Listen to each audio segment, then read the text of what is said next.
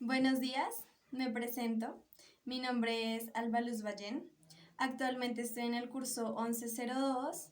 Me he caracterizado durante 6 años, que es lo que llevo en esta institución, por ser una estudiante aplicada, responsable, tolerante, empática. He sido una persona sociable. He manejado una participación activa tanto académica como convivencial. He entregado mis mejores cualidades a la escuela, a mis compañeros y a mis profesores, que son los que me han acompañado en este proceso.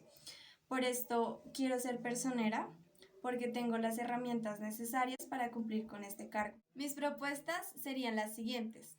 Primera, velar por nuestros derechos como estudiantes, además de ser un canal de comunicación para ciertas inquietudes u opiniones que se tengan con la finalidad de lograr un bien común. Segunda, proponer a los profesores que no logran la conexión de clases virtuales la grabación de videos explicativos para ciertos temas que no se hayan comprendido a la perfección. Tercera propuesta, fomentar la interacción de los alumnos por medio de actividades lúdicas que se desarrollarán virtualmente. Último punto, pero no menos importante, es iniciar un periódico virtual en donde nos enfocaremos en la imaginación, la creación de textos y una columna informativa para hablar de lo que ocurre en el país.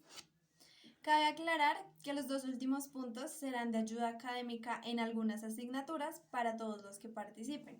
Gracias por su atención. Recuerden que mi nombre es Alba Luz Ballén y voten por el número 2.